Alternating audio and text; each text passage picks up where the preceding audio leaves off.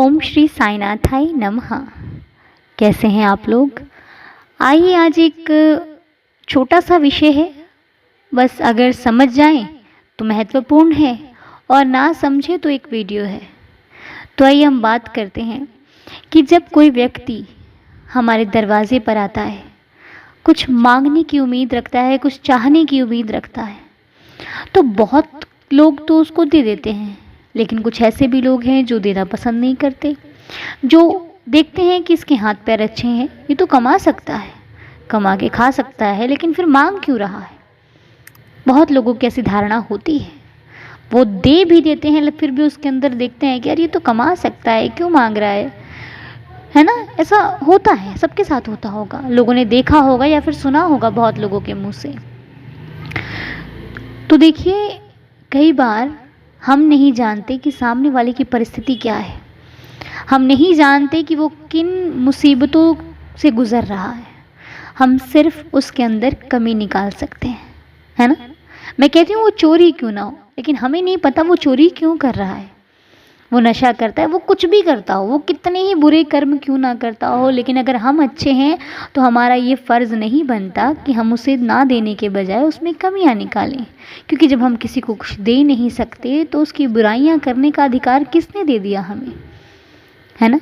लेकिन ये दुनिया ऐसी ही है, अगर खुद का घर ठीक है तो दूसरों के लिए बुरा सोचती है।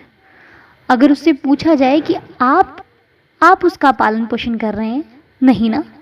एक वक्त अगर आपने उसको खाना दे दिया तो आप उसको इतनी बातें सुना दोगे, कोई हक नहीं बनता हमारा, है ना। तो इसीलिए कभी भी अगर आपका देने का मन ना हो, इच्छा ना हो, तो हाथ जोड़कर अपना दरवाज़ा बंद कर लीजिए, वो चला जाएगा। लेकिन किसी को दुत्कार कर किसी का अपमान मत करिए। गरीब है तो क्या हुआ, इज्जत तो सबकी एक समान होती है। खुदा ना करे उसकी जगह कल हमें खड़ा कर दे तो कैसा लगेगा, बुरा लगेगा ना। इसीलिए हर व्यक्ति को अपनी जगह रख कर देखिए, एहसास भी होगा और दर्द भी महसूस होगा। तो बहुत कम लोग हैं जो दूसरों का दर्द समझते हैं, बहुत कम लोग हैं जो दूसरों की तकलीफ़ को समझते हैं, उसे मान लेते हैं, जान लेते हैं। और कुछ लोग तो ऐसे होते हैं, जब तक उन्हें खुद दर्द नहीं होता, उन्हें दूसरों के दर्द का एहसास ही नहीं होता। वो सोचते हैं अरे नाटक कर रहा है ये तो, इसको तो कोई प्रॉब्लम ही नहीं है। तो अगर कोई दर्द समझ सकता है तो वो सिर्फ मालिक है, जो बिना बताए हमारे दर्द को समझ लेता है। बिना बताए हम रोते हैं तो उसे भी तकलीफ़ होती है, ऐसा सिर्फ मालिक है और कोई नहीं है यहाँ पे। तो इसलिए अपने भगवान पर भरोसा रखिए और उससे कहिए कि ऐ मालिक, मुझे इस काबिल बना कि मैं किसी दूसरे का पेट भर सकूं, मुझे इस काबिल बना कि मैं किसी के काम आ सकूं। और ऐसा आशीर्वाद देना कि कभी तेरे इस छोटे से बच्चे के अंदर गुरूर ना आए, अहंकार ना आए। ये मांगा कीजिए अपने भगवान से, क्योंकि मदद करने वाले बहुत कम हैं, सुनाने वाले अत्यधिक हैं। बहुत ज़्यादा लोग हैं जो सुनाएंगे, कभी कभी तो हम लोगों को भी सुना देते हैं। तो क्या करें ऐसे लोगों का, ऐसे लोगों से तो बहस करना भी बेकार है।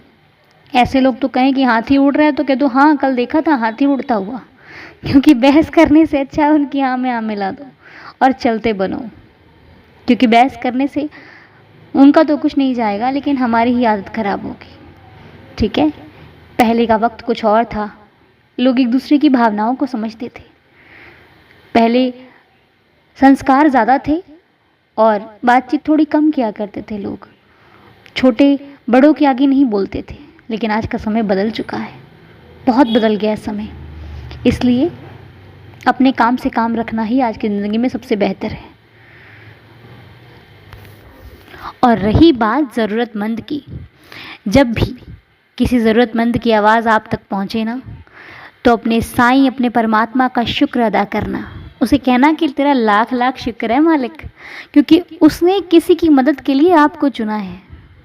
भगवान ने किसी व्यक्ति की मदद के लिए आपको चुना है, क्योंकि परमात्मा तो सबके लिए अकेला ही काफ़ी है, उसे ज़रूरत नहीं है आपकी। क्योंकि वो अपने बच्चों का पेट पाल सकता है, लेकिन वो हमें मौका देता है कि तू भी तो कुछ कर ले, कर्मों को सुधार लो, ठीक है।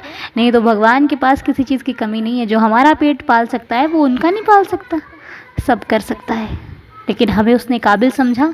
इसका शुक्रगुजार करो, अपने शुक्रिया अदा करो अपने भगवान का, ठीक है। और वीडियो अच्छा लगा हो तो मुझे कमेंट बॉक्स में ज़रूर बता के जाइएगा। कुछ गलत निकल गया हो मेरे मुंह से तो प्लीज़ छोटा बच्चा समझ के माफ़ कीजिएगा।